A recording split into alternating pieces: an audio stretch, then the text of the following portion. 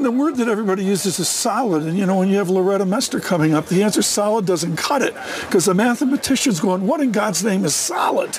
But there we are, we have a solid economy. Well, I don't know what that means. Well, we'll find out from Loretta Mester, who's sitting us. She is former Cleveland Fed President Loretta Mester. This is the first time that she's joining as a non-Fed member in 10 years at this Jackson Hole meeting. Loretta Mester, President Mester, I will still call you that. You've always been a thought leader.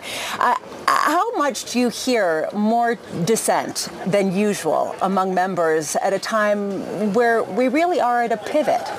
I'm not hearing that much dissent, frankly. I think we're in a good place in terms of where the economy is. If you think about inflation, look how much it's come down. We're in the 2.5% range, and the labor market is moderating. There's definite signs of that, but it's not weak.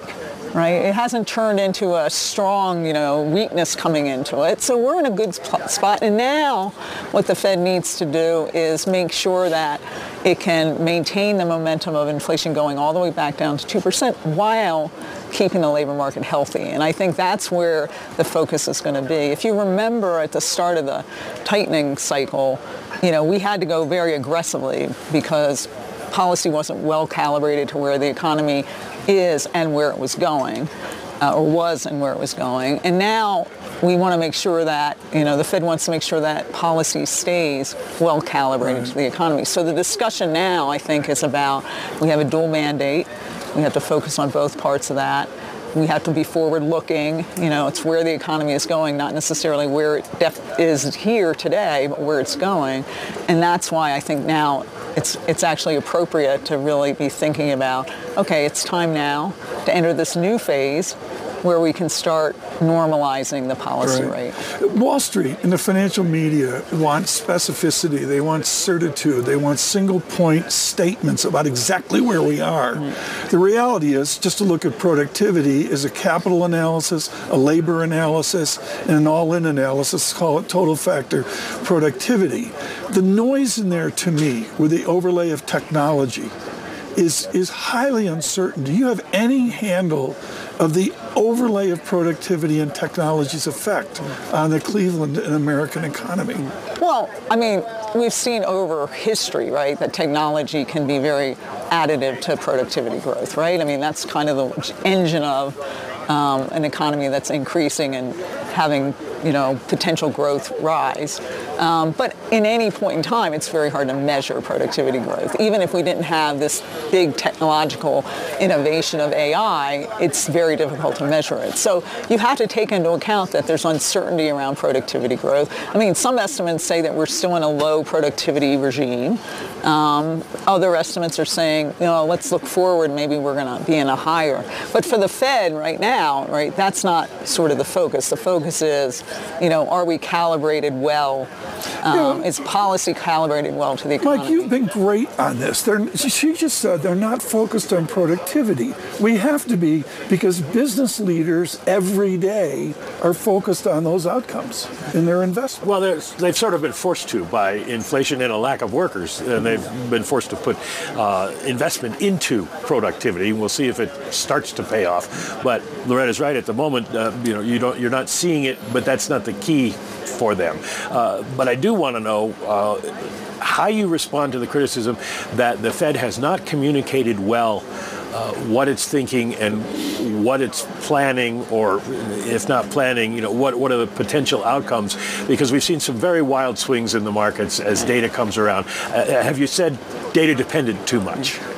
I think there's a misunderstanding what data dependent means, and that means that I think Chair Powell today will be explaining where he sees policy going, not necessarily at the next meeting, whether 50-25, which in some sense is really not the big issue. I know for financial markets it is, but not in terms of monetary policy. It's really, what's the path forward? Are we beginning now to bring policy down? And the pace, of course, and the magnitude eventually of how far interest rates go down, that's going to depend on how the economy evolves, right? But we're going to enter this new phase, I think, and appropriately so.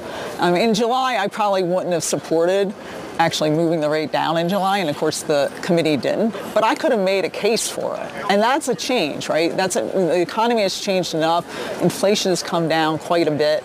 It's on a path, I think, where we can be pretty confident it'll get back to 2%. And now we really have to balance both sides of the mandate. So it's basically keep the momentum going on inflation at the same time making sure that labor markets remain healthy. What do you think it would take for the committee to decide you needed to do more than the standard 25 basis point cut? So I think it would have to be that, somehow they thought they were a little behind and they needed to catch up. And frankly, I don't see that in the data. I think they're actually in a very good place. Now, if it turns out that, the forecasts are saying, wow, we may be seeing the moderation in labor markets being more than moderation, and we actually see a weakening, they may have to adjust that and then do more. But I think there's sort of a record. If you think about when we started to raise rates, right, we started at a 25, then a 50, then we did our 75s. And that's sort of the preferred path because that means, you're not doing too much too ahead of time. And the other thing I think I would be worried about is if you do a 50 to start with, the markets then, build in even more. And I think that's a calibration that you have to think about when you're doing this. So I think being steady, right, thinking about what the right pace is, geared to how the economy is working and evolving, is the right way to go. You said that you expect Jay Powell to come out and give a sense of where we're going. And I think that's actually the frustration for a lot of people in markets. We don't know where we're going. We don't have a sense of what the neutral rate is. Right now, the market has about 200 basis points of rate cuts priced in by the end of next year. Is that appropriate? What is neutral? Well, remember what the markets are doing is, and appropriately so, looking at different scenarios, right? They're waiting, and then when you get those kind of things out of the financial markets about how many rate cuts, it's balancing different scenarios. When the Fed's talking about, where they're seeing is, they're talking about, here's what we think if the economy evolves as we expect would be appropriate policy path. But they also have to think through other alternative scenarios too. So it's kind of a different answer or different answer to a question. And that's, I think, the frustration is that the Fed is trying to answer a different question, is here's where we see policy going. But of course, they don't want to commit themselves to something because the economy could evolve differently. And that's been hard to communicate. You founded an inflation lab at the Cleveland Fed. What do you think inflation dynamics are now? Is this a completely different kind of situation post-pandemic than models coming out of other recessions have worked with?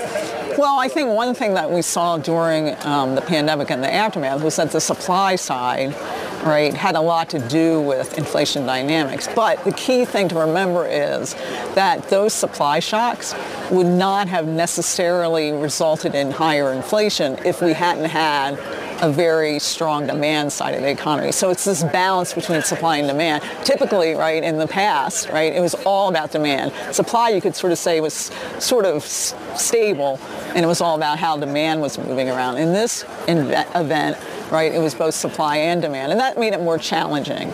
And so in that sense, I think there's a renewed understanding that dynamics on inflation, it's both sides, it's supply and demand, and understanding both, I think, is going to be a focus going forward. Well, as the Fed goes into its review process for its monetary policy framework, does what happened change the way you think the committee should look at policy? In other words, maybe you want to be a little bit more preemptive than you were? So I know a lot of people characterize the Fed in the framework that came out in 2020 as walking away from being preemptive. But if you actually look at the language in there, still says preemptive. I agree with you that it sounded like we were just being data dependent in the moment, but we always were focused on where is the economy going. So it's data coming in, assess that data relative to your outlook. If it's materially different than you expect, you might have to change your outlook, and therefore you might have to change your expected policy path. So I think we've always been forward-looking, and I expect the Fed to remain forward-looking. They may change the language in the statement so that that's a little bit more transparent, if you will, so that people actually understand that the policy has to look forward. I would never ask you this question if you're on the watch, but now that you're gainfully retired and in the real world, I'm going to ask you this question. Cleveland has reasonable real estate, but Shaker Heights has a boom real estate economy. And part of that asset success of Shaker Heights and the Shaker Heights of America is the gains the haves are getting from this financial system. How does the Fed distribute the benefit more across America rather than this illusion that only the have-nots that own it, the haves that own NVIDIA are making way? Yeah, I mean, the Fed always focuses on the macroeconomy, right? It doesn't have tools that can really do much about redistributing or fairness or making sure that everyone gains. But what we can do at the Fed, and what the new committee will be doing at the Fed, is making sure that we maintain healthy labor markets, which again helps distribute, and brings inflation and the inflation rate down. And getting back to price stability is also very key to having a strong economy so that everyone can prosper from the economy. The Fed really can't do the other part of what you're talking about, and that's what the federal government policies are about and fiscal policy is about. We thought that you were going to retire and build homes, so you try to offset some of the supply issues. Loretta, there is this question. Mike was talking about how you're the queen of inflation studies and how the Cleveland Fed really does have an incredible metric for that. Do you have a sense of how much more inflationary this post-pandemic economy is? And that really speaks to what is the new neutral?